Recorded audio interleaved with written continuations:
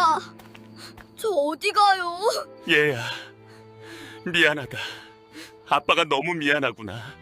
조선시대 온 나라가 가뭄으로 신음하던 그 암흑의 시대에 단 5냥에 팔려온 한 소년이 있었습니다. 앞으로 일어날 기적 같은 이야기를 들려드리려고 합니다. 상상해 보세요. 100년 만에 찾아온 최악의 대재앙. 하늘은 비를 내리지 않고 땅은 갈라지고 우물은 바닥을 드러내고 사람들이 물 한 모금을 위해 목숨을 거는 그런 절망적인 시대 말입니다. 그런데 이 끔찍한 상황 속에서 단 5냥에 팔려온 한 소년이 있었습니다. 죽음의 문턱에서 간신히 살아남은 이 아이가 가난한 과부의 마지막 재산인 은비녀 하나를 믿고 30년간 물 한 방울 나오지 않던 저주받은 우물을 되살려냅니다.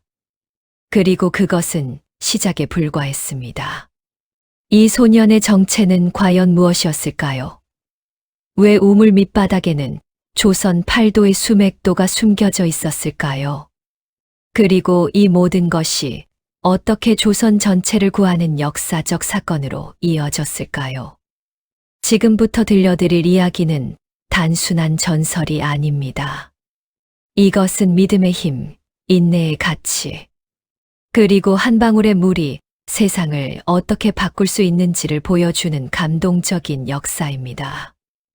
영상 끝까지 꼭 봐주시고요. 마지막 반전은 정말 놀라우실 겁니다. 영상이 좋으셨다면 좋아요와 구독, 알림 설정까지 꼭 부탁드립니다. 그럼 이제 조선시대 가장 어두웠던 그 시절로 함께 떠나볼까요? 조선 중기, 정확히 어느 왕의 재위 기간인지는 기록마다 조금씩 다릅니다. 하지만 중요한 건 그때가 조선 역사상 가장 끔찍한 재난의 시기였다는 사실입니다. 봄이 왔습니다. 하지만 봄비는 오지 않았습니다. 농부들은 매일 아침 하늘을 올려다보며 기도했습니다. 제발, 제발 비를 내려주소서. 하지만 하늘은 구름 한 점 없이 맑기만 했습니다. 푸르고 맑은 하늘. 평소 같았으면 아름다웠을 그 하늘이 이제는 농부들에게 저주처럼 느껴졌습니다. 여름이 되자 상황은 급격히 악화되었습니다. 논에 물을 대야 할 시기였지만 강물은 바닥을 드러내고 있었습니다. 평소에 허리까지 찼던 강물이 이제는 발목도 채 차지 않았습니다. 물고기들은 진을 위에서 펄떡이다가 죽어갔고 그 썩은 냄새가 마을까지 풍겨왔습니다. 이게 무슨 일이냐? 한 늙은 농부가 갈라진 논바닥을 바라보며 절망적인 목소리로 중얼거렸습니다. 그는 70평생을 살았지만 이런 가뭄은 처음이었습니다.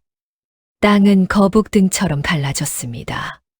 손가락이 들어갈 만큼 깊은 금이 논밭 곳곳에 생겼죠. 한 달 전만 해도 초록색이던 벼는 이제 황갈색으로 말라붙었습니다. 바람이 불면 마른 벼잎들이 부스러지며 먼지처럼 날렸습니다. 마을의 우물들도 하나둘 마르기 시작했습니다. 큰일 났어. 동쪽 우물도 바닥을 드러냈어. 서쪽 우물은 이미 일주일 전에 말랐잖아. 그럼 우리는 어디서 물을 길어야 한단 말이야? 사람들의 목소리에는 공포가 묻어났습니다. 먹을 것이 없는 것도 문제지만 마실 물이 없다는 것은 곧 죽음을 의미했으니까요. 가뭄은 단지 자연만 메마르게 한 것이 아니었습니다. 사람들의 마음까지 메말라가기 시작했습니다. 마을 중앙의 우물. 그곳에는 이제 얕은 물만 남아 있었습니다. 새벽부터 사람들이 줄을 서서 물을 길었죠. 야, 새치기 하지 마. 뭐가 새치기야. 내가 먼저 왔어. 물 한 바가지를 두고 다툼이 벌어졌습니다. 어제까지만 해도 서로 인사를 나누던 이웃이었는데 오늘은 물 때문에 멱살을 잡고 싸우고 있었습니다. 이 물은 우리 집안 조상들이 판 우물이야. 너희가 마실 권리가 없어. 무슨 소리야? 이 우물은 마을 공동 우물이잖아. 급기야 주먹 다짐까지 벌어졌습니다. 마을 어른이 달려와 말렸지만 이미 두 사람의 얼굴에는 피가 흐르고 있었습니다. 더 끔찍한 일도 벌어졌습니다. 한밤중 어떤 사람이 이웃집 우물에서 몰래 물을 훔치다가 들켰습니다. 주인은 도둑을 붙잡아 매질을 했고 결국 그 사람은 다음 날 아침 숨진 채로 발견되었습니다. 물 한 모금만. 제발. 그 사람의 마지막 말이었다고 합니다. 마을 사람들은 충격에 빠졌습니다. 하지만 누구도 죽은 사람을 비난하지 못했습니다. 왜냐하면 자신들도 언제든 같은 일을 할 수 있었으니까요. 물도 문제였지만 먹을 것도 떨어져 갔습니다. 창고에 쌓아두었던 작년 수확물은 이미 바닥이 났습니다. 봄에 심은 농작물은 가뭄으로 모두 말라 죽었고 여름 농사는 아예 시작도 못했습니다. 사람들은 산으로 들러 나가 먹을 것을 찾았습니다. 나무 껍질을 벗겨 먹었습니다. 처음에는 부드러운 속껍질만 먹었지만 그것마저 귀해지자 딱딱한 겉껍질까지 삶아 먹었습니다. 입안이 헐고 위장이 상했지만 살기 위해서는 어쩔 수 없었습니다. 풀뿌리를 캐어 먹었습니다. 독이 있는 풀인지 아닌지도 모르고 먹었습니다. 어떤 사람들은 독초를 먹고 쓰러져 죽기도 했습니다. 심지어 흙을 먹는 사람도 나타났습니다. 배를 채우기 위해 진흙을 개어 삼켰죠. 물론 그것은 영양분이 전혀 없었고 오히려 몸을 더 망가뜨렸습니다. 거리에는 굶어서 비쩍 마른 사람들이 늘어났습니다. 아이들은 배만 볼록 나온 채 뼈만 앙상하게 남았고 노인들은 기력을 잃고 하나둘 세상을 떠났습니다. 상황이 극에 달하자 마침내 상상도 못할 일이 벌어지기 시작했습니다. 부모들이 자식을 팔기 시작한 것입니다. 차라리 누군가에게 팔려서 밥이라도 먹고 사는 게 나을 거야. 한 어머니가 눈물을 흘리며 어린 딸의 손을 잡았습니다. 엄마, 저 어디 가요? 얘야, 미안하다. 엄마가 너무 미안하구나. 어머니는 더 이상 말을 잊지 못하고 흐느꼈습니다. 장터에는 이런 부모들이 늘어났습니다. 울면서 자식의 손을 놓는 부모들. 무슨 일인지 모르고 불안해하는 아이들. 그 광경은 차마 눈뜨고 볼 수 없을 만큼 비참했습니다. 건강한 사내아이입니다. 겨우 세냥이면 됩니다. 우리 딸은 순하고 착합니다. 밥만 먹여주세요. 애처로운 외침들이 장터에 울려 퍼졌습니다. 하지만 오가는 사람들의 발걸음은 무심했습니다. 모두가 굶주리고 있는 상황에서 누가 남의 자식까지 먹여 살릴 여유가 있겠습니까? 팔리지 않은 아이들은 결국 그 자리에서 버려졌습니다. 부모는 눈물을 흘리며 돌아갔고 아이들은 장터 한 구석에 웅크리고 앉아 운명을 기다렸습니다. 어떤 아이들은 길거리를 떠돌다 굶어 죽었고 어떤 아이들은 산짐승에게 물려갔습니다. 운이 좋은 아이들만이 누군가에게 걷어져 목숨을 부지할 수 있었습니다. 이것이 바로 100년 만의 대기근이 조선에 가져온 참혹한 현실이었습니다. 조선 8도 중 한 고을의 5일장. 평소 같았으면 활기가 넘쳤을 이곳이 이제는 절망의 현장이 되어 있었습니다. 장터 한쪽에는 팔려 나온 아이들이 줄지어 서 있었습니다. 10명도 넘었죠. 어떤 아이는 겁에 질려 울고 있었고 어떤 아이는 이미 체념한 듯 멍한 표정이었습니다. 그 중에서도 유독 눈에 띄는 한 소년이 있었습니다. 이름은 동주. 겨우 10살쯤 되어 보이는 아이였습니다. 아니, 실제로는 12살이었지만 심한 영양실조로 인해 훨씬 어려 보였죠. 동주는 다른 아이들과 달랐습니다. 몸은 비쩍 말랐지만 눈만은 살아 있었습니다. 맑고 깊은 눈동자. 그 안에는 무언가 범상치 않은 빛이 담겨 있었습니다. 이 아이를 삽니다. 5냥만 주시면 됩니다. 중년의 사내가 목이 쉰 목소리로 외쳤습니다. 그는 동주의 아버지가 아니었습니다. 머나먼 친척벌 되는 사람으로 동주의 부모가 기근으로 세상을 떠난 후 마지못해 아이를 거두었다가 이제는 더 이상 감당할 수 없어 팔려는 것이었습니다. 5냥, 겨우 5냥이면 됩니다. 하지만 아무도 관심을 보이지 않았습니다. 5냥. 그것은 당시로서도 터무니없이 싼 가격이었습니다. 건강한 소년 하나면 보통 10냥, 15냥은 받을 수 있었으니까요. 그런데도 사람들은 동주를 거들떠보지도 않았습니다. 너무 말랐기 때문입니다. 뼈만 앙상하게 남은 몸, 창백한 얼굴, 언제 죽을지 모를 것 같은 모습. 저 아이는 사흘을 못 버틸 게다.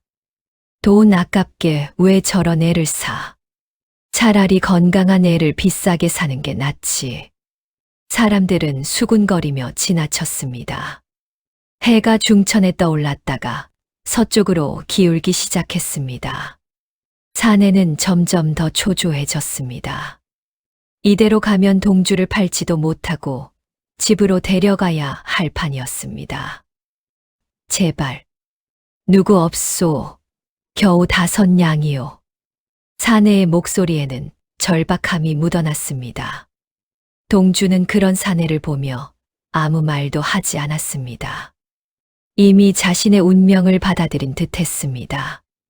다만 가끔씩 장터를 지나가는 사람들을 조용히 관찰할 뿐이었죠. 바로 그때였습니다. 한 여인이 장터를 지나가다 걸음을 멈췄습니다. 서씨 부인. 나이는 35세쯤 되어 보였습니다. 얼굴에는 세월의 흔적과 고난의 흔적이 함께 새겨져 있었죠. 그녀는 젊은 나이에 남편을 여의고 자식도 없이 홀로 살아가는 과부였습니다. 서 씨는 원래 시장에 물물 교환할 것을 찾아 나왔다가 우연히 팔려 나온 아이들을 보게 되었습니다. 가슴이 아팠습니다. 저렇게 어린 아이들이 팔려 나오다니. 그녀는 그냥 지나치려 했습니다. 자신도 먹고 살기 힘든 형편에 다른 아이를 돌볼 여유는 없었으니까요. 하지만 동주를 보는 순간 발걸음이 멈췄습니다. 그 눈, 맑고 깊은 눈동자. 비록 몸은 비쩍 말랐지만 그 눈만은 달랐습니다. 살아 있었고 빛나고 있었습니다. 그 안에는 무언가, 형언할 수 없는 무언가가 있었습니다. 서 씨는 자신도 모르게 동주에게 다가갔습니다. 동주도 서 씨를 올려다보았습니다. 두 사람의 시선이 마주쳤습니다. 그 순간 서 씨는 느꼈습니다. 이 아이는 보통 아이가 아니라고. 하늘이 자신에게 보내준 아이라고. 이 아이는 얼마입니까? 서 씨가 조심스럽게 물었습니다. 사내의 얼굴이 화색이 돌았습니다. 아, 부인, 5냥입니다. 5냥만 주시면 이 아이를 드리겠습니다. 5냥. 서 씨가 가진 전 재산이 정확히 5냥이었습니다. 그것은 남편이 남기고 간 마지막 돈이었고 자신도 먹을 것이 떨어져가는 상황에서 꼭 아껴야 할 돈이었습니다. 주변 사람들이 수군거리기 시작했습니다. 저 과부가 무슨 돈으로 아이를 산단 말인가? 굶어 죽을 판에 입 하나를 더 늘리다니 정신이 나갔나? 원래 과부들은 외로워서 그런 짓을 한다니까. 악의적인 말들이 들려왔지만 서 씨는 개의치 않았습니다. 그녀는 품속에서 헝겊에 싼 돈주머니를 꺼냈습니다. 손이 떨렸습니다. 이것은 돌이킬 수 없는 선택이었습니다. 하지만 다시 동주를 보자 마음이 정해졌습니다. 이 아이 제가 데려가겠습니다. 서 씨는 5냥을 하나하나 세어 사내에게 건넸습니다. 사내는 기뻐하며 돈을 받아들었습니다. 그리고는 동주의 손을 서 씨에게 떠넘기듯 건네고는 뒤도 돌아보지 않고 황급히 자리를 떴습니다. 서 씨가 동주의 손을 잡았을 때 그 손이 얼음장처럼 차가운 것을 느꼈습니다. 체온이 거의 느껴지지 않았죠. 이 아이를 살려야 한다. 서 씨는 본능적으로 느꼈습니다. 아가, 이름이 뭐니? 동주는 가느다란 목소리로 대답했습니다. 주입니다. 동주구나. 좋은 이름이네. 나는 서 씨라고 한다.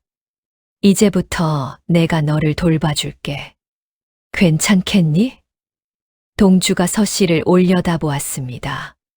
그 맑은 눈동자에 눈물이 맺혔습니다. 정말 저를 살려주실 건가요? 그럼 꼭 살려줄게. 약속한다. 감사합니다. 정말 감사합니다.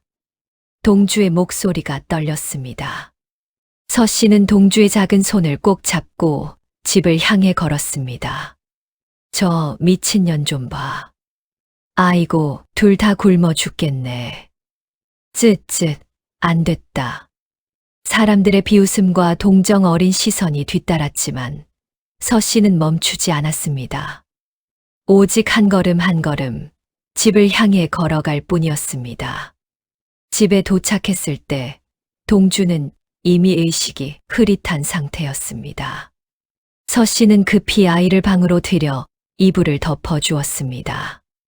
동주의 몸은 얼음장처럼 차가웠습니다. 뼈만 앙상하게 남아 있었고 숨소리는 점점 더 약해지고 있었습니다. 안 돼. 이대로는 안 돼. 서 씨는 부엌으로 달려가 남아있는 쌀을 꺼냈습니다. 그것은 정말 마지막 남은 쌀이었습니다. 겨우 한 줌 정도. 그것을 먹으면 서 씨 자신도 며칠은 굶어야 했습니다. 하지만 망설이지 않았습니다. 정성스럽게 쌀을 씻었습니다. 물을 넉넉히 붓고 약한 불에 오래오래 끓였습니다. 쌀알이 완전히 풀어질 때까지 저으며 기다렸죠. 1시간쯤 지나자 고소한 냄새가 부엌에 퍼졌습니다. 걸쭉하고 따뜻한 미음이 완성되었습니다. 서 씨는 미음을 식혀 동주에게 가져갔습니다. 아이를 조심스럽게 일으켜 세우고 한 숟가락씩 떠먹이기 시작했습니다. 아가, 조금씩 먹어야 해. 천천히. 처음에는 삼키지도 못하던 동주가 조금씩 미음을 받아먹기 시작했습니다. 한 숟가락, 2숟가락, 3숟가락. 그릇의 절반쯤 먹었을 때 동주의 눈에서 눈물이 흘러내렸습니다. 마님, 고맙습니다. 제가 이 은혜를 꼭 갚겠습니다. 어린 아이의 입에서 나온 말이라고는 믿기 힘들 정도로 또렷하고 간절한 목소리였습니다. 서 씨는 동주의 눈물을 닦아주며 말했습니다. 은혜고 뭐고 없다. 넌 이제 내 아들이야. 그러니 어서 기운을 차려야 해. 알겠니? 예.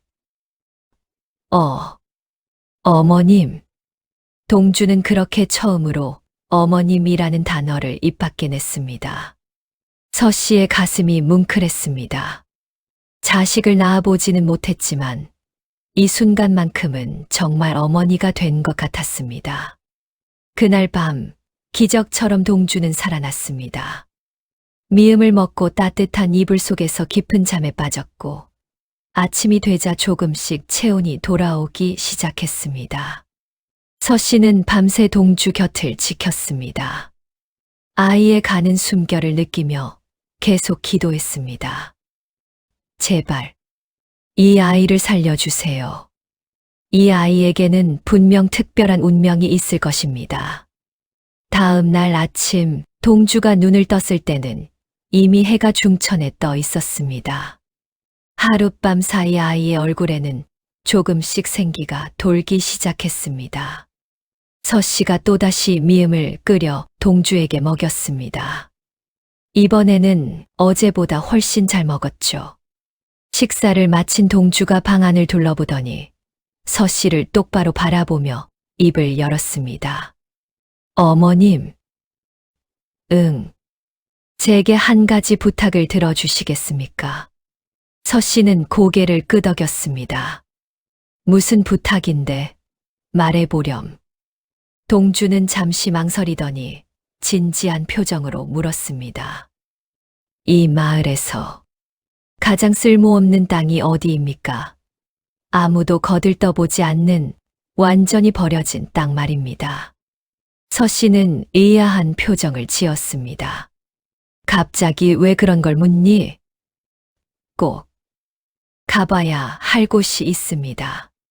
제 눈으로 직접 확인해야 할 것이 있어요. 동주의 눈빛은 어제와 달랐습니다. 죽음의 문턱에서 간신히 돌아온 아이라고는 믿기 힘들 정도로 확신에 차 있었습니다. 서 씨는 잠시 생각에 잠겼습니다. 마을에서 가장 쓸모없는 땅. 그것은 바로 귀신 우물이라 불리는 폐우물터였습니다. 그 우물은 원래 서 씨 남편의 시댁 문중 소유였습니다.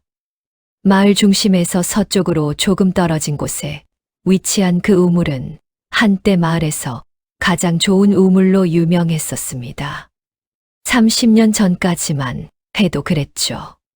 서 씨가 어렸을 때 들은 이야기로는 그 우물의 물은 유난히 맑고 달았다고 합니다.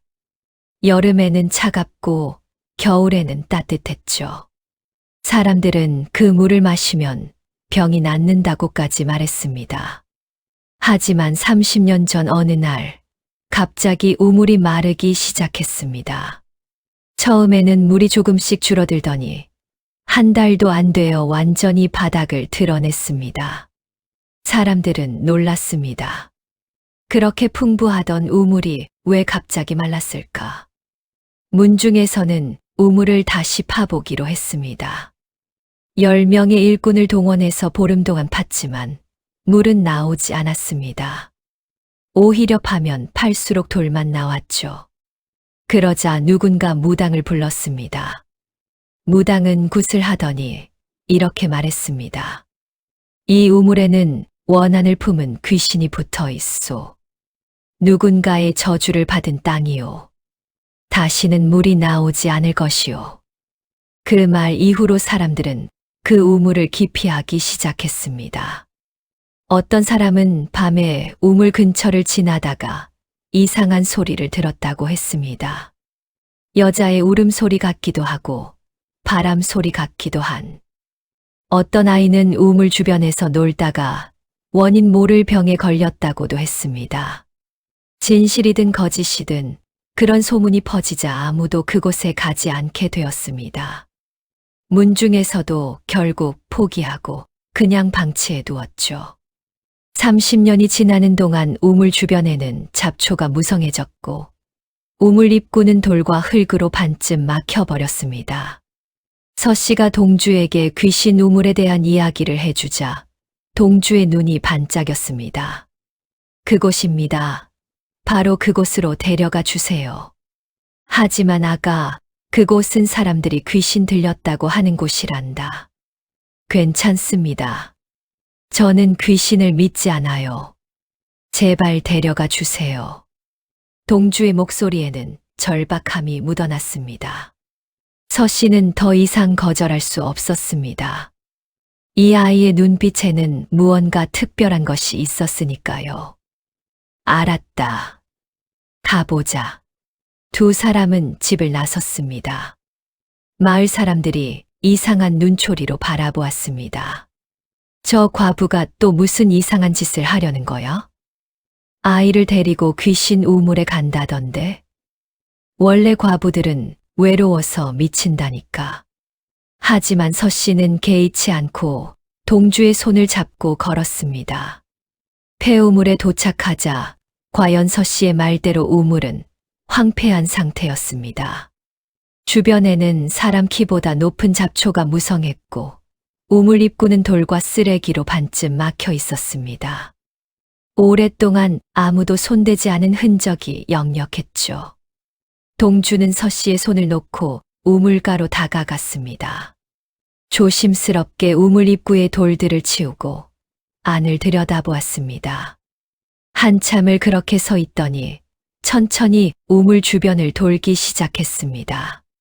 한 바퀴, 두 바퀴, 세 바퀴. 동주는 우물을 중심으로 원을 그리며 걸었습니다.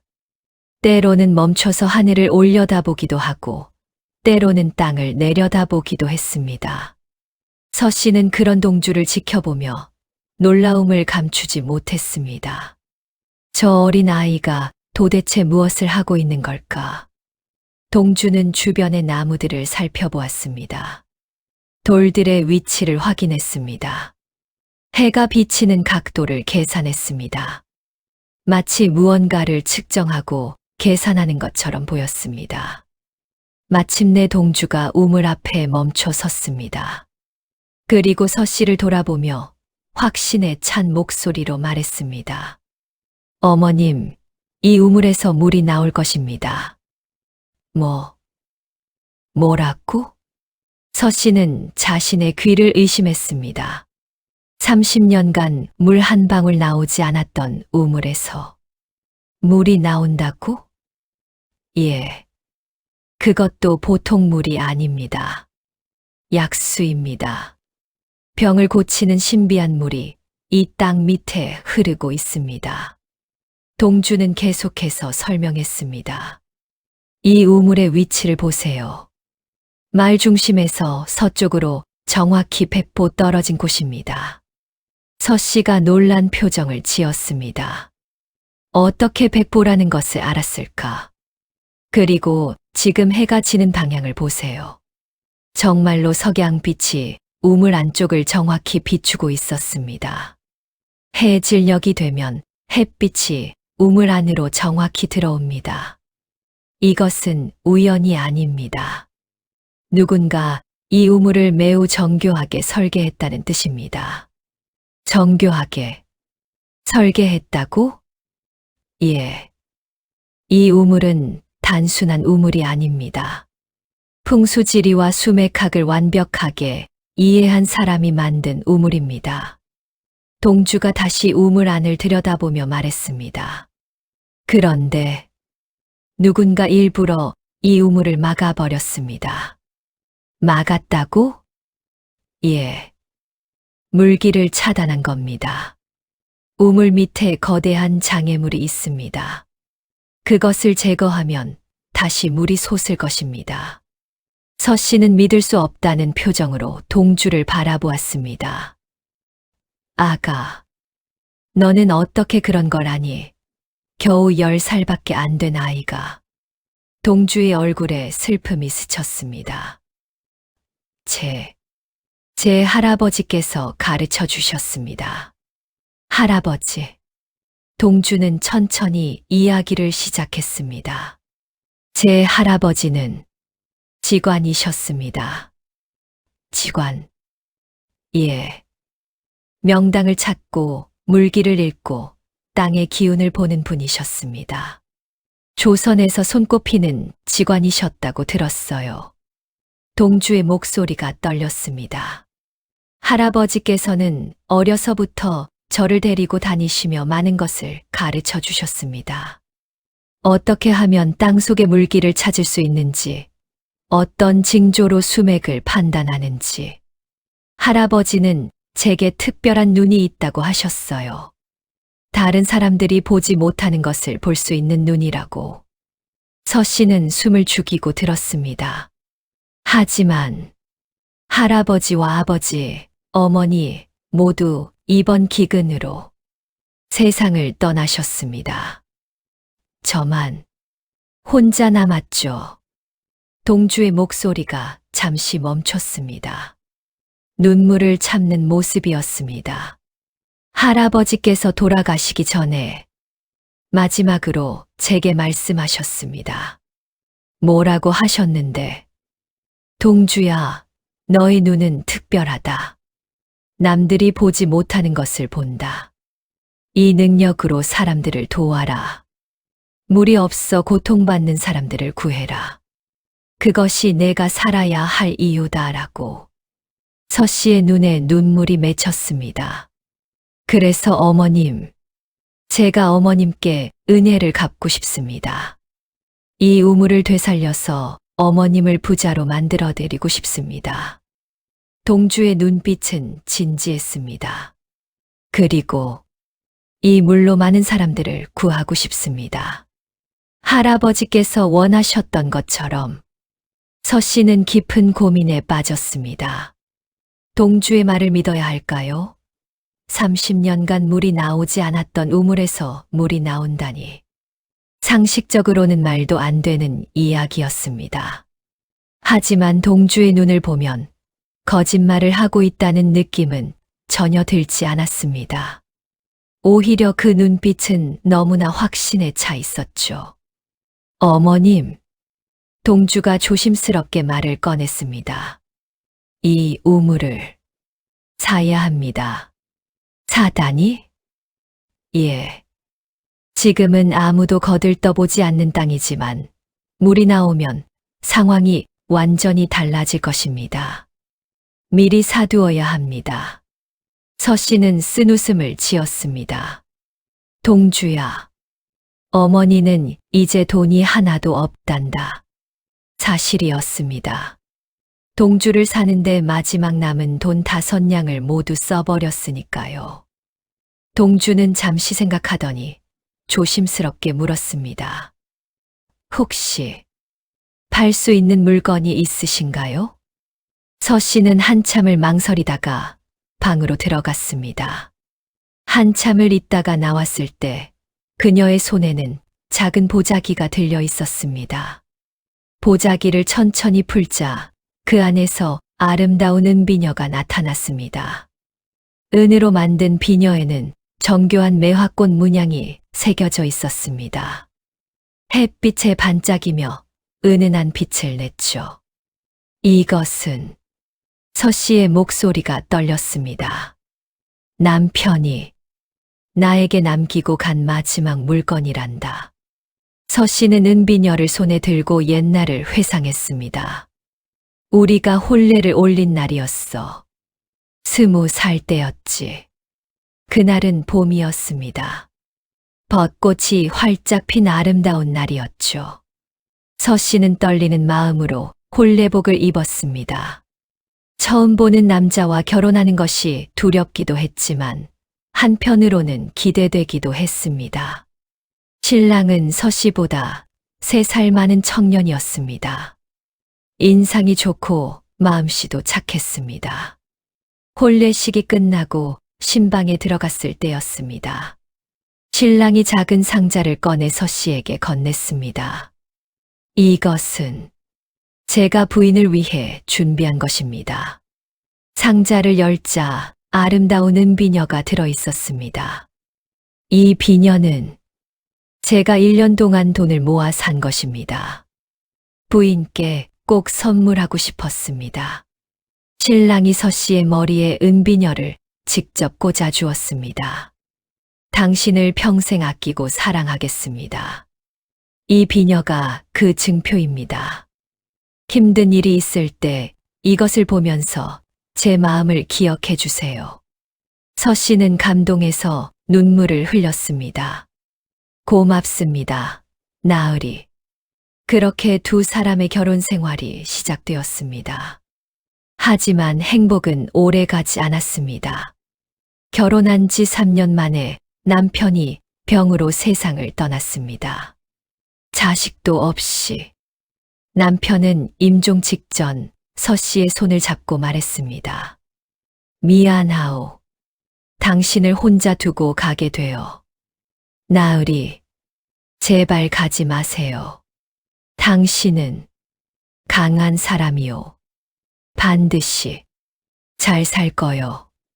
그것이 남편의 마지막 말이었습니다. 서 씨는 회상에서 깨어나 은비녀를 바라보았습니다. 남편이 떠난 후 아무리 어려워도 이것만은 팔지 않았어. 이것만 보면 남편이 생각나고 힘든 시간을 버틸 수 있었거든. 서 씨의 눈에 눈물이 맺혔습니다. 하지만 그녀가 동주를 바라보았습니다. 남편이 살아계셨다면 분명 같은 선택을 했을 거야.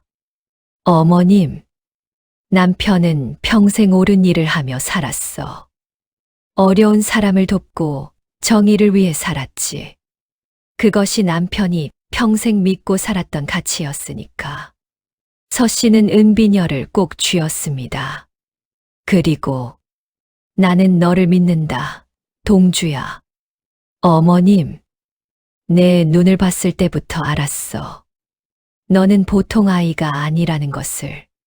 하늘이 나에게 보내준 특별한 아이라는 것을. 서 씨가 결연한 표정을 지었습니다. 이 비녀를 팔아서 그 땅을 사자. 그리고 우물을 파자. 함께. 동주의 눈에서 눈물이 흘러내렸습니다. 꼭 성공시켜서 어머님께 100배, 1000배로 보답하겠습니다. 다음 날 서 씨는 은비녀를 들고 마을의 전당포로 향했습니다. 전당포 주인은 은비녀를 이리저리 살펴보았습니다. 돋보기로 문양을 확인하고 은의 순도를 테스트했죠.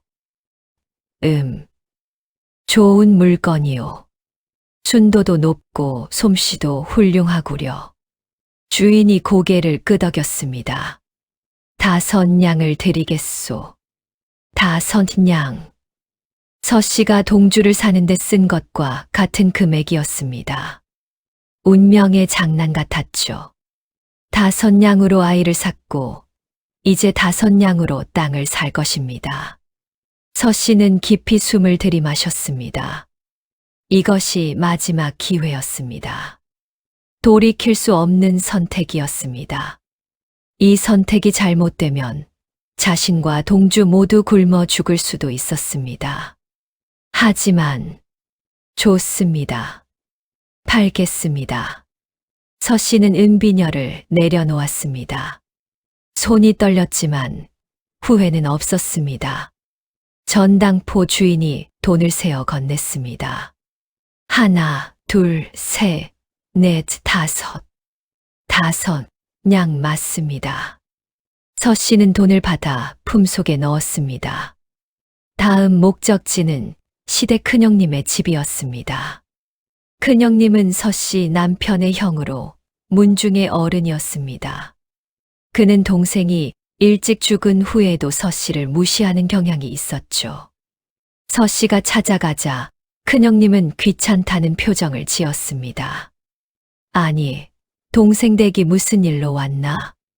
큰형님, 제가 드릴 말씀이 있습니다. 뭔데? 귀신 우물터를 제게 파시겠습니까? 뭐라고? 큰형님은 놀라서 귀를 의심했습니다. 30년간 물 한 방울 안 나온 그 저주받은 땅을 왜 사려는 거요? 그냥 제가 쓸 곳이 있습니다. 서 씨는 자세한 이유를 말할 수 없었습니다. 큰형님은 이상하다는 표정을 지었습니다. 이 여자가 미쳤나? 아니면 무슨 꿍꿍이가 있는 건가? 하지만 어쨌든 쓸모없는 땅을 팔 수 있다면 나쁠 것은 없었습니다. 원래는 문중 땅이라 함부로 팔 수 없소만. 큰형님이 턱을 쓰다듬으며 생각했습니다. 글쎄, 5냥만 주시오. 그러면 땅 문서를 넘기겠소. 5냥. 정확히 서씨가 가진 돈이었습니다. 좋습니다. 사겠습니다. 서씨가 망설임 없이 대답하자 큰형님은 더욱 의아해했습니다. 정말 이상한 여자로군. 뭔가 아는 게 있는 건가? 하지만 결국 거래는 성사되었습니다.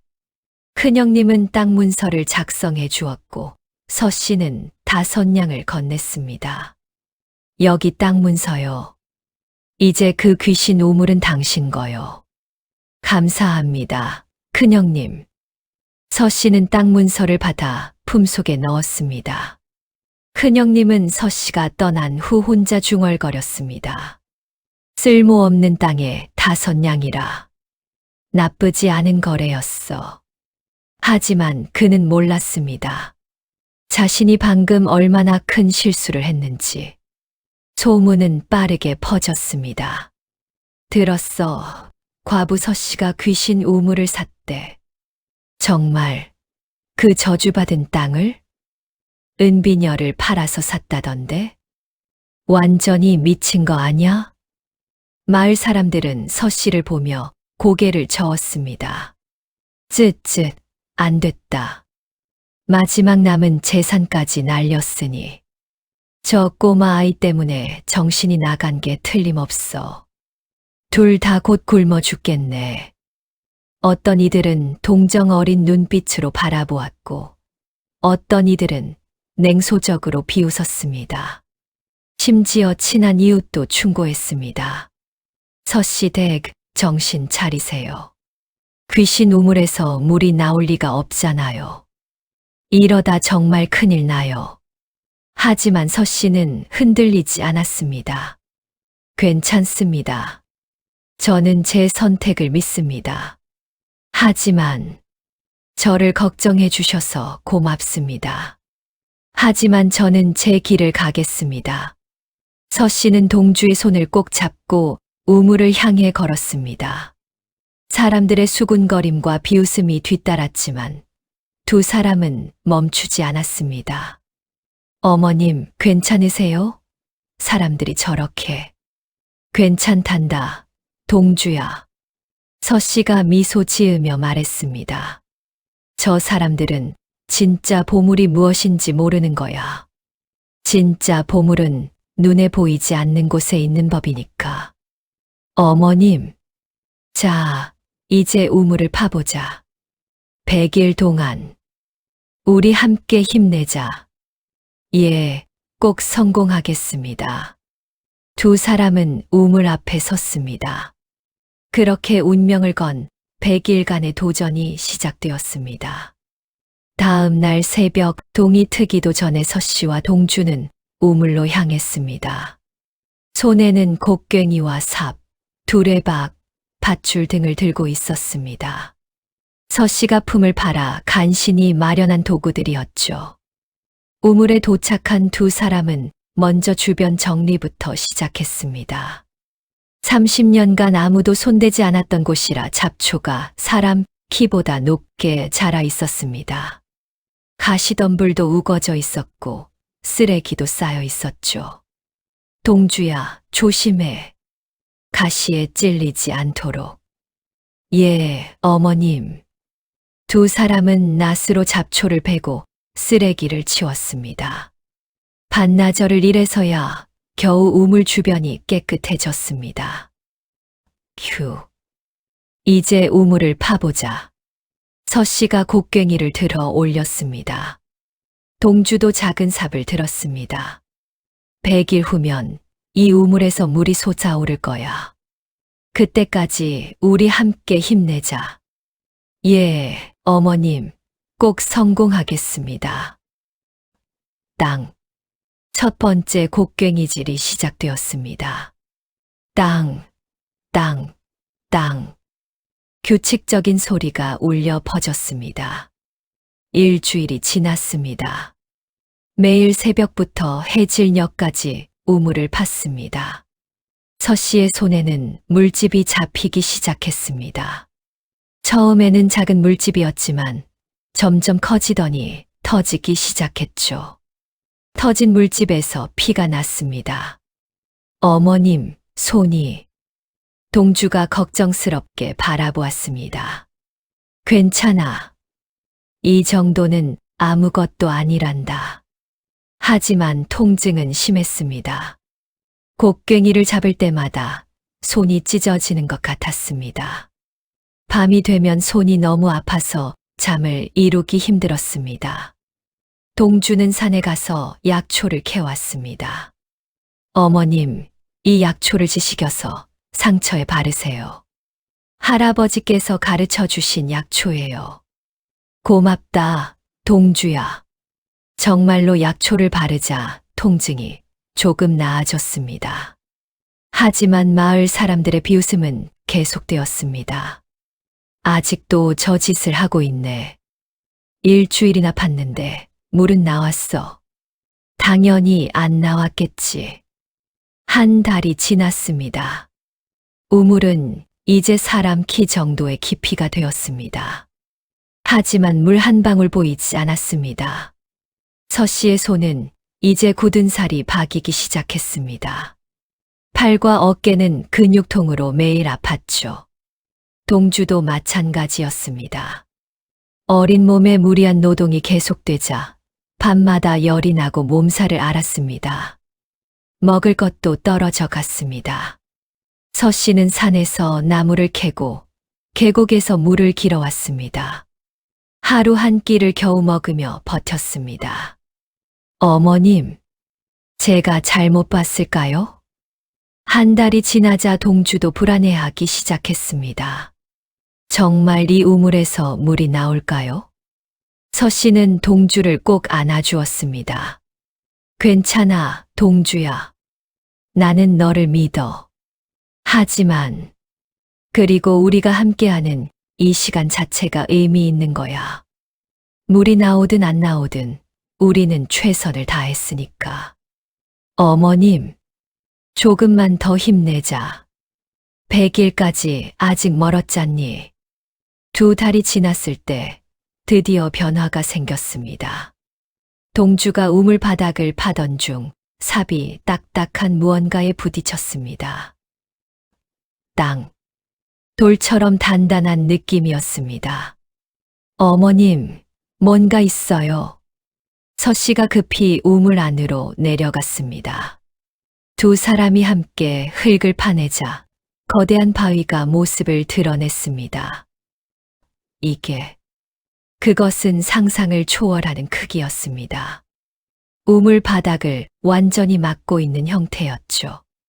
이게 바로 우물을 막고 있던 장애물입니다. 동주가 흥분해서 말했습니다. 이 바위를 깨뜨리면 물이 나올 거예요. 하지만 문제가 있었습니다.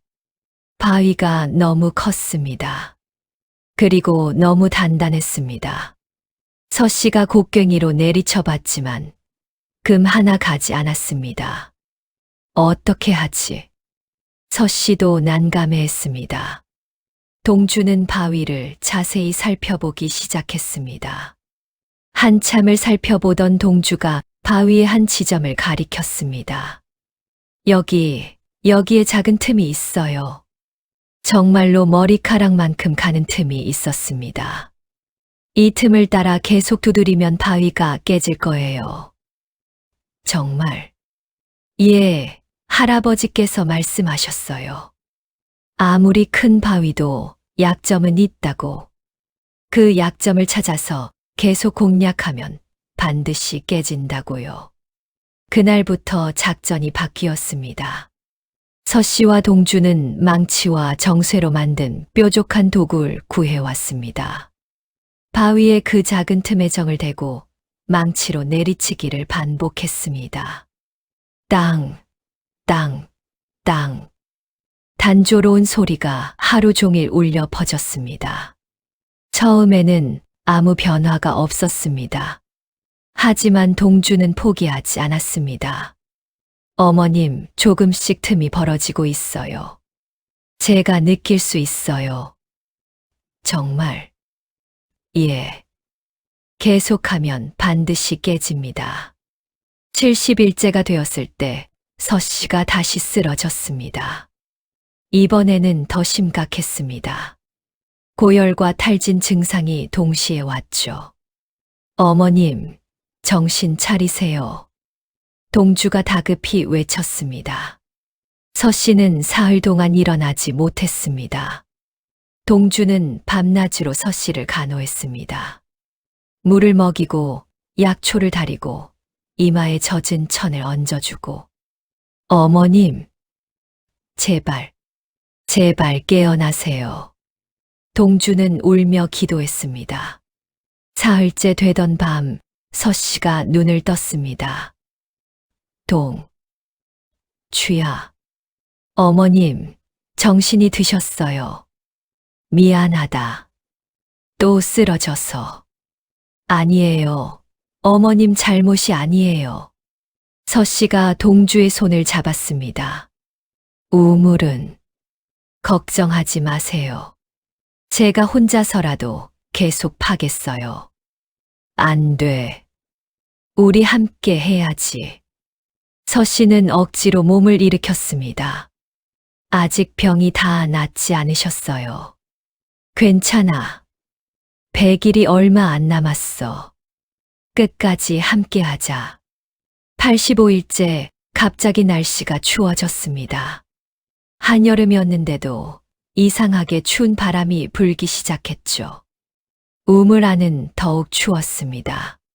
서씨와 동주는 떨면서 작업을 계속했습니다. 동주야, 너무 춥지 않니? 괜찮아요, 어머님. 조금만 더 하면 돼요. 하지만 동주의 입술은 파랗게 질려 있었습니다. 95일째가 되었을 때 마을 사람들은 이제 비웃는 것조차 지쳤습니다.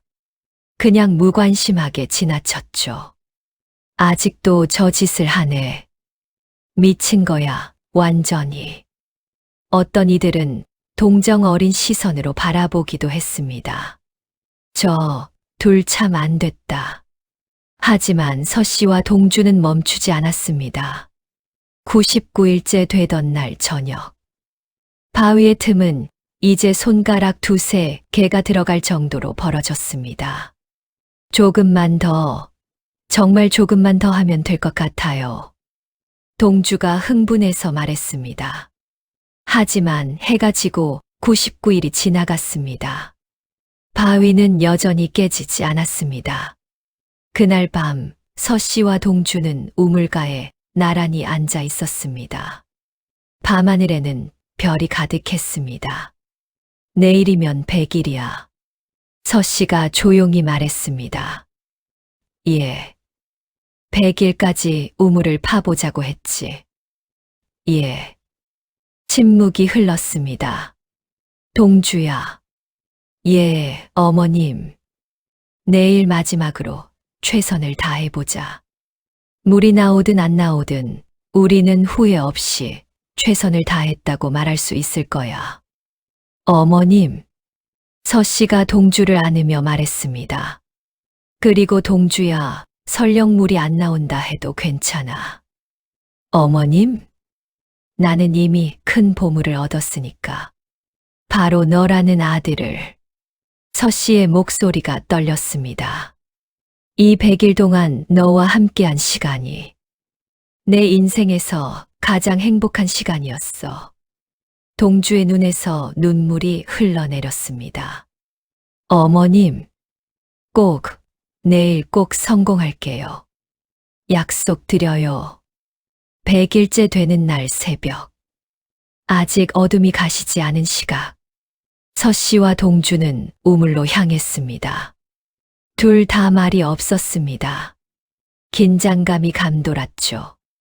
우물에 도착한 두 사람은 우물 안으로 내려갔습니다. 바위 앞에 섰습니다. 동주야. 예, 어머님. 시작하자. 예. 동주가 바위의 틈에 정을 대고 서씨가 망치를 들었습니다. 땅. 첫 번째 타격. 바위는 꿈쩍하지 않았습니다. 땅. 두 번째 타격. 작은 돌 조각이 떨어졌습니다. 땅, 땅, 땅. 타격은 계속되었습니다. 1시간, 2시간, 3시간. 해가 떠올랐습니다. 하지만 두 사람은 멈추지 않았습니다. 서씨의 손에서 다시 피가 났습니다. 동주의 팔도 떨렸습니다. 하지만 포기하지 않았습니다. 조금만 더, 조금만 더. 동주가 중얼거렸습니다. 바로 그때였습니다. 우지직. 바위에서 이상한 소리가 났습니다. 어머님, 금이 커지고 있어요. 정말로 바위의 금이 빠르게 번져나가고 있었습니다.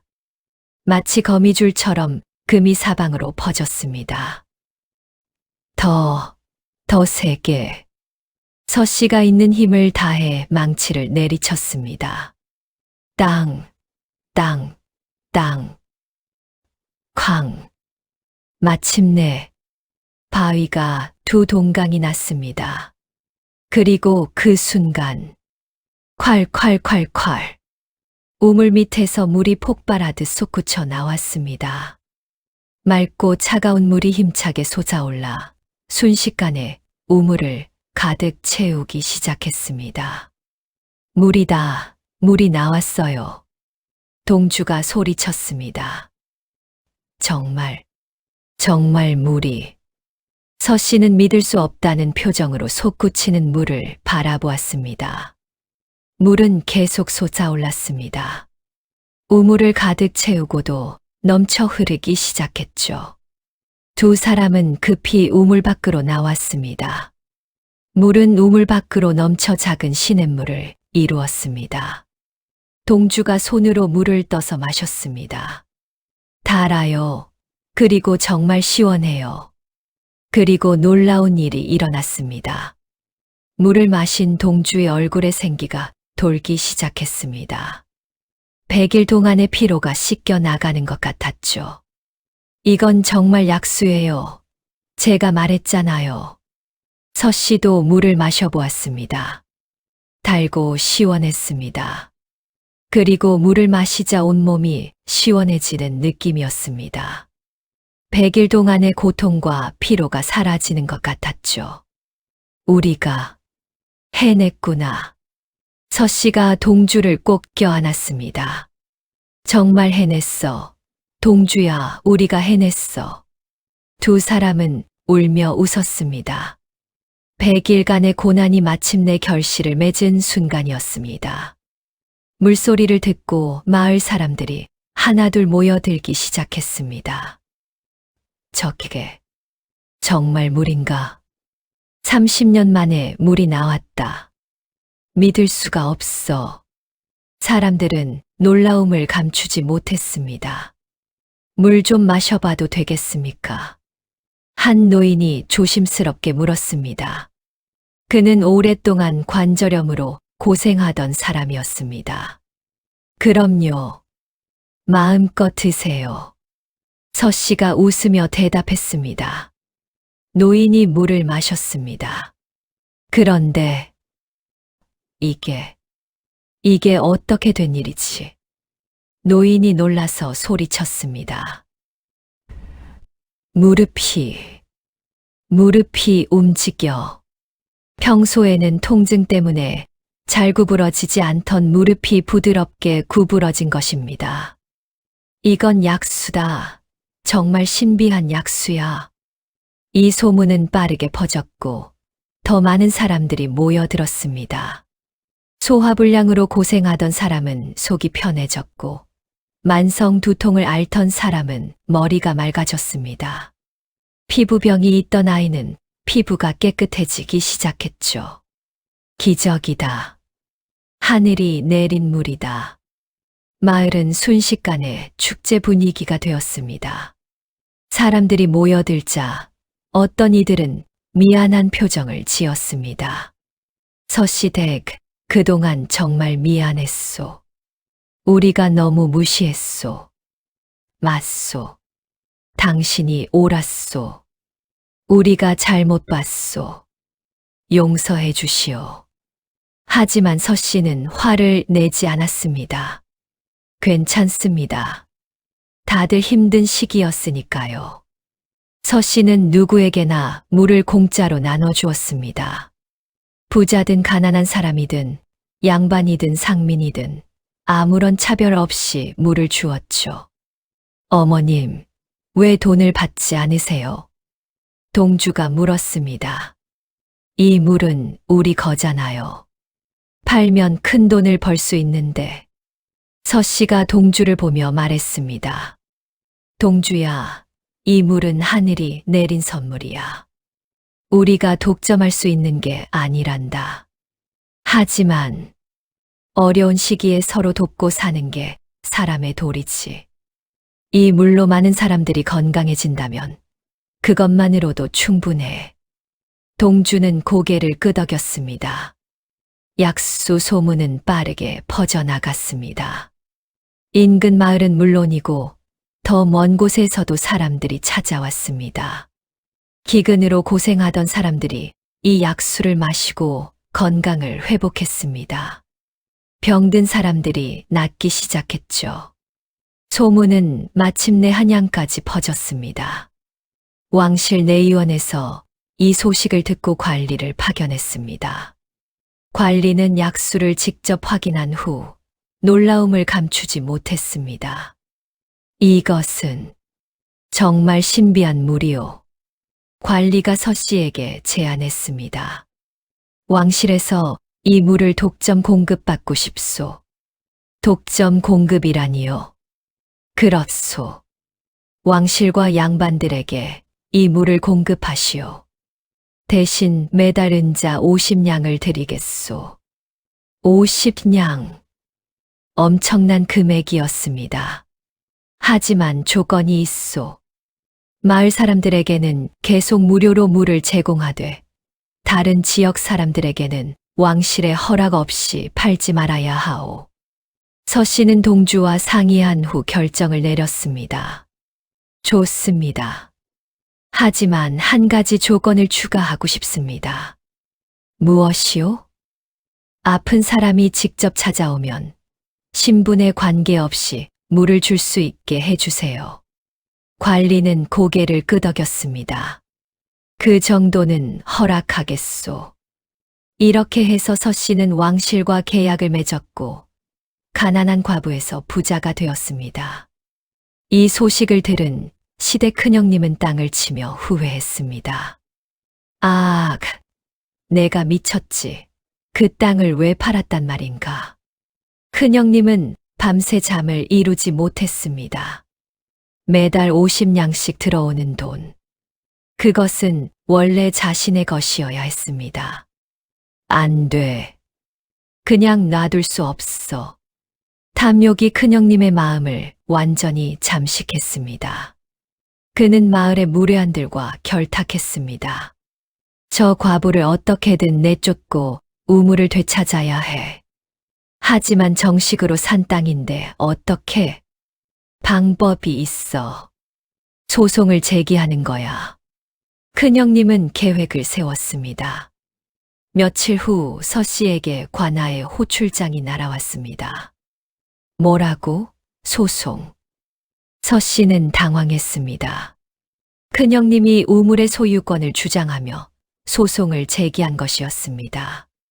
재판날 관아에는 많은 사람들이 모여들었습니다. 모두 이 사건의 결말이 궁금했기 때문입니다. 사또가 자리에 앉자 큰형님이 먼저 입을 열었습니다. 사또 나리, 저 여자가 저를 속여 땅을 샀습니다. 뭐라고? 자세히 말해보시오. 저 여자는 우물에서 물이 나올 것을 미리 알고 있었습니다.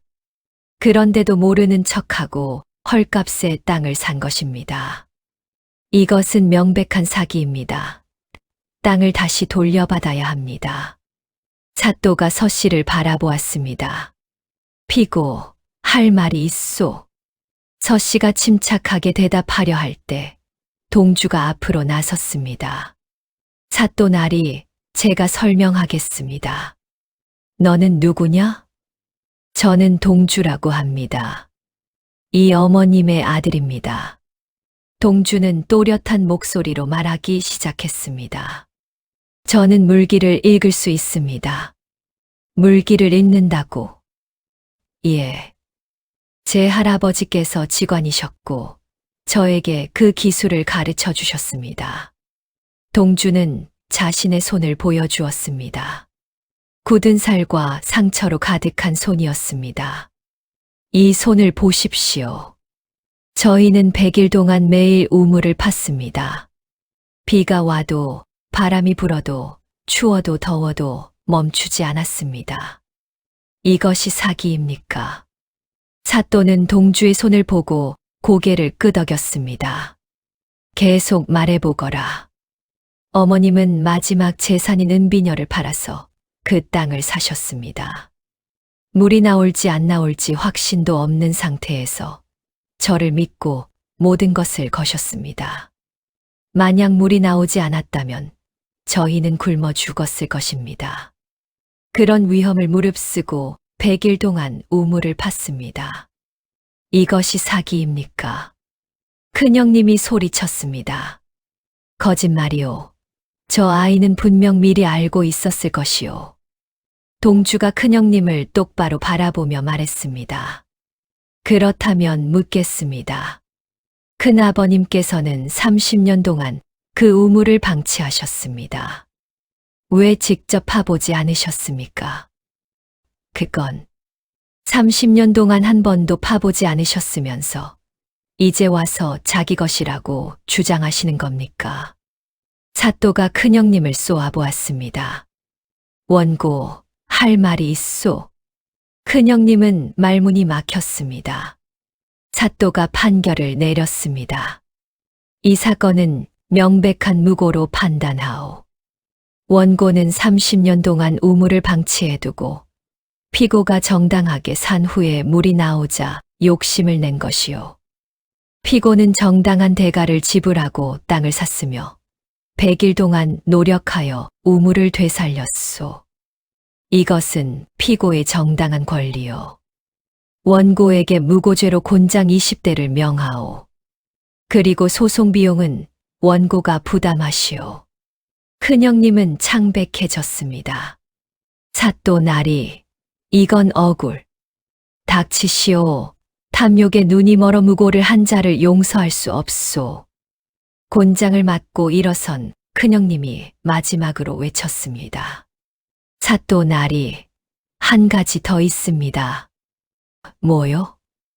소문에 의하면 그 우물 밑에 보물이 숨겨져 있다고 합니다. 사람들이 웅성거렸습니다. 보물. 30년 전 그 우물이 마를 때 누군가 보물을 숨기고 우물을 막았다는 소문이 있었습니다. 그 보물은 원래 문중의 것입니다. 사또가 흥미로운 표정을 지었습니다. 그렇다면 확인해 봐야겠소. 관속들, 우물을 파헤쳐 보시오. 관속들이 우물 바닥을 파헤치기 시작했습니다. 깨진 바위를 치우고 그 밑을 파자 정말로 무언가 나왔습니다. 사또 나리, 상자가 있습니다. 돌로 만든 상자였습니다. 상자를 조심스럽게 꺼내 열자 그 안에는 금은 보화가 아니었습니다. 낡은 두루마리와 문서들이 들어 있었습니다. 사또가 두루마리를 펼쳤습니다. 그것은 조선 팔도의 수맥을 그린 정교한 설계도였습니다. 모든 우물의 위치, 물길의 흐름, 수맥의 깊이, 모든 것이 상세하게 기록되어 있었습니다. 누가 이런 것을? 그때 문서를 본 사또의 얼굴이 창백해졌습니다. 이것은 유서로군. 유서에는 이렇게 적혀 있었습니다. 나는 홍만석이라 하오. 선왕 때 왕실의 직관으로 모셨던 자이오. 나는 평생 백성을 위해 일했소. 조선 팔도를 돌며 물기를 찾고 우물을 설계하고 가뭄에 대비했소. 그러나 억울하게도 영모에 연루되어 삼족이 멸해졌소. 나는 영모를 꾀한 적이 없소. 다만 왕실의 권력 다툼에 휘말려 희생양이 되었을 뿐이요. 내가 죽기 전 이 설계도를 남기요. 이것은 나의 평생 연구의 결과이요.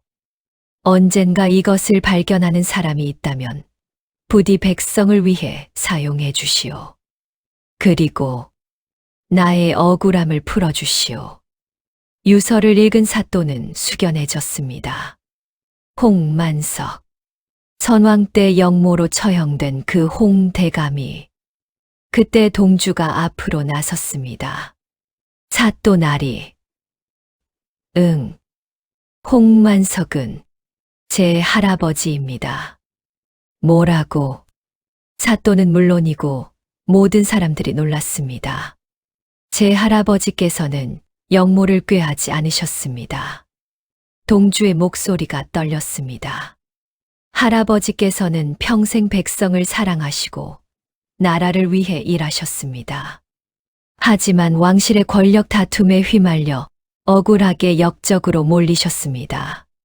삼족이 멸해질 때 저만 간신히 살아남았습니다. 동주의 눈에 눈물이 맺혔습니다. 할아버지께서 돌아가시기 전 제게 이 설계도의 위치를 알려주셨습니다. 그리고 말씀하셨습니다. 동주야, 언젠가 이 설계도로 백성을 구해라. 그것이 할아버지의 원이다라고. 그래서 제가 이 우물을 찾은 것입니다. 사또는 깊이 숨을 들이마셨습니다. 이것은 왕께 보고해야 할 사안이요. 사또의 보고를 받은 왕은 깊은 고민에 빠졌습니다. 홍대감의 억울함은 선왕 때의 일이었습니다. 하지만 진실은 밝혀야 했습니다. 왕은 동주와 서씨를 궁궐로 불렀습니다. 과인이 비록 선왕의 결정을 번복할 수는 없으나 진실은 밝혀야 하겠소. 왕이 동주를 바라보았습니다. 홍만석 대감께서는 영모를 꾀하지 않으셨소. 권력 다툼의 희생양이 되셨을 뿐이요. 과인은 이에 홍대감의 억울함을 풀고 명예를 회복시키겠소. 동주는 무릎을 꿇고 절했습니다. 감사합니다, 전하. 그리고 이 설계도는 조선의 보물이요. 왕이 설계도를 보며 감탄했습니다. 이것으로 조선 팔도의 가뭄을 해결할 수 있겠소. 왕이 동주에게 말했습니다.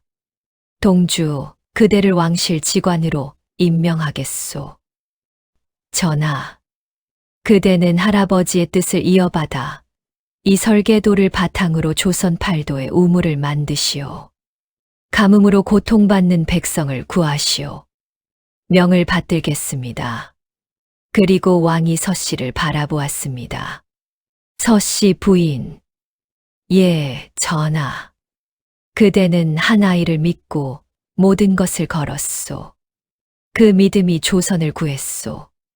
과인은 그대를 정경부인으로 봉하겠소. 감사합니다, 전하.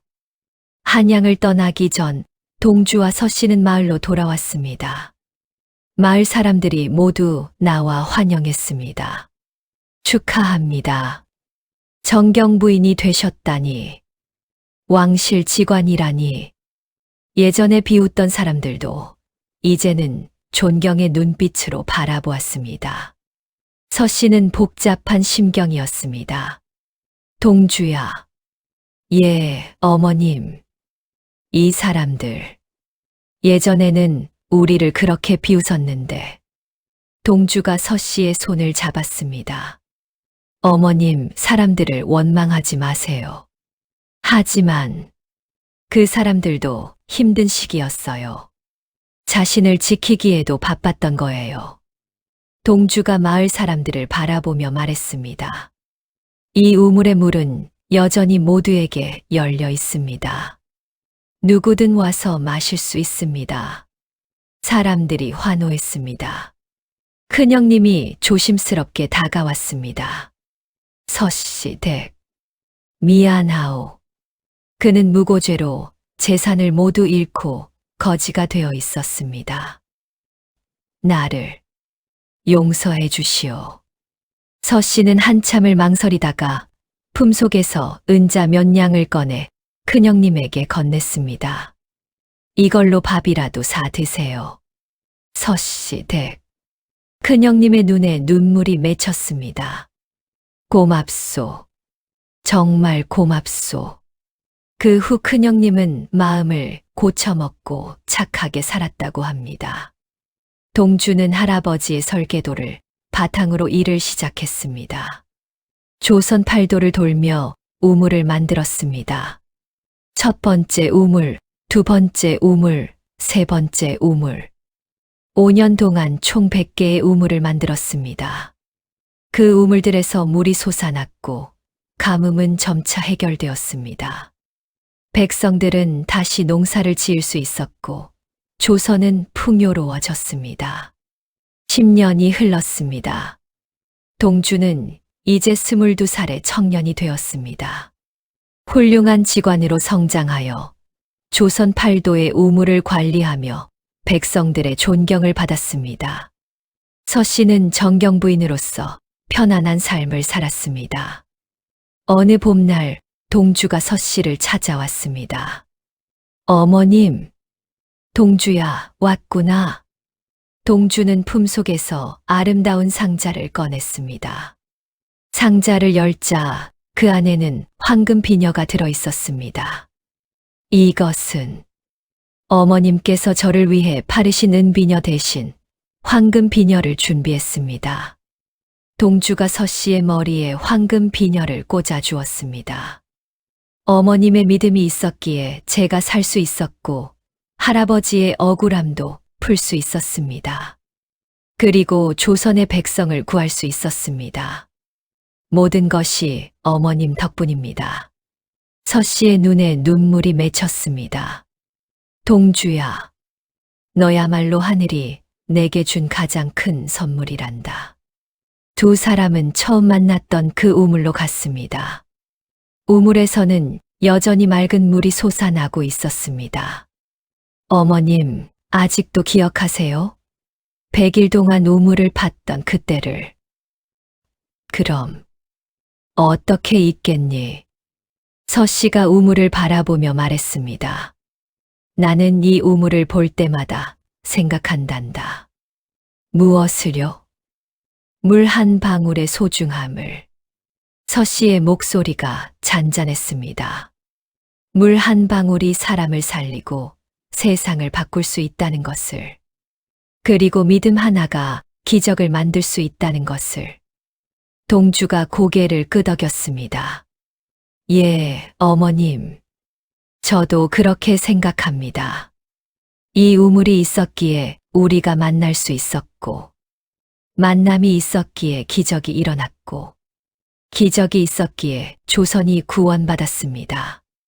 두 사람은 우물가에 앉아 석양을 바라보았습니다.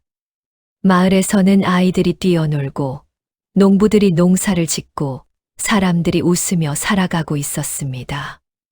모든 것이 평화로웠습니다. 여러분, 어떠셨나요? 5냥에 팔려온 천재 소년과 가난한 과부가 은비녀 하나를 걸고 이뤄낸 기적 같은 이야기. 30년간 물 한 방울 나오지 않던 저주받은 우물에서 약수를 되살려내고 나아가 조선 팔도 전체를 구한 감동적인 시화였습니다. 이 이야기가 우리에게 주는 교훈은 명확합니다. 첫째, 믿음의 힘입니다. 서씨는 동주를 믿었고 동주는 서씨를 믿었습니다. 그 믿음이 기적을 만들었죠. 둘째, 인내의 가치입니다. 100일 동안 포기하지 않고 우물을 팠습니다. 99일까지는 아무 성과가 없었지만 100일째 되는 날 기적이 일어났습니다. 셋째, 작은 것의 소중함입니다. 물 한 방울이 사람을 살리고 세상을 바꿀 수 있다는 진리입니다.